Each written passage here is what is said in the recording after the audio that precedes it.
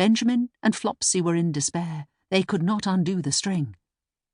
But Mrs. Tittlemouse was a resourceful person. She nibbled a hole in the bottom corner of the sack. The little rabbits were pulled out and pinched to wake them. Their parents stuffed the empty sack with 3 rotten vegetable marrows, an old blacking brush and 2 decayed turnips. Then they all hid under a bush and watched for Mr. McGregor.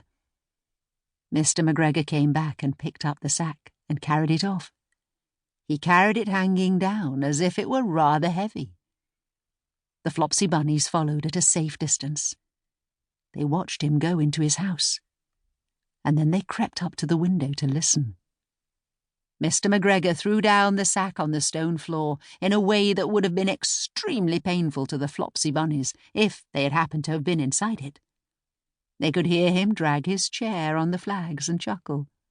1, 2, 3, 4, 5, 6 little rabbits, said Mr. McGregor. Eh? What's that?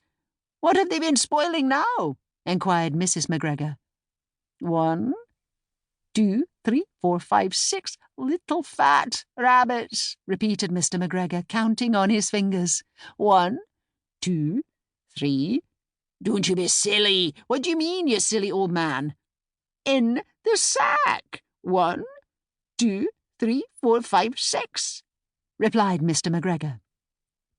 The youngest Flopsy Bunny got up on the windowsill. Mrs. McGregor took hold of the sack and felt it. She said she could feel 6, but they must be old rabbits because they were so hard and all different shapes. Not fit to eat, but the skins will do fine to line my old cloak. Line your old cloak, shouted Mr. McGregor. I shall sell them and buy myself baccy. Rabbit tobacco. I shall skin them and cut off their heads. Mrs. McGregor untied the sack and put her hand inside.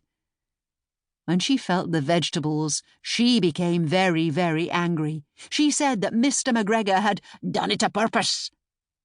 And Mr. McGregor was very angry too. One of the rotten marrows came flying through the kitchen window and hit the youngest Flopsy Bunny. It was rather hurt.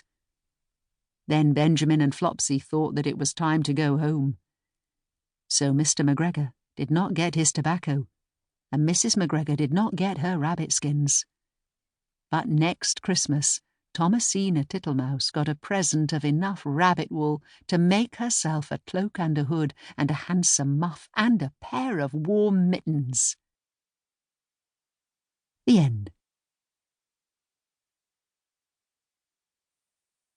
This recording of The Tale of the Flopsy Bunnies by Beatrix Potter was presented by Dreamscape Media LLC. Sound recording copyright 2018 Dreamscape Media LLC. Thank you for listening. Please check www.dreamscapeab.com for Dreamscape's latest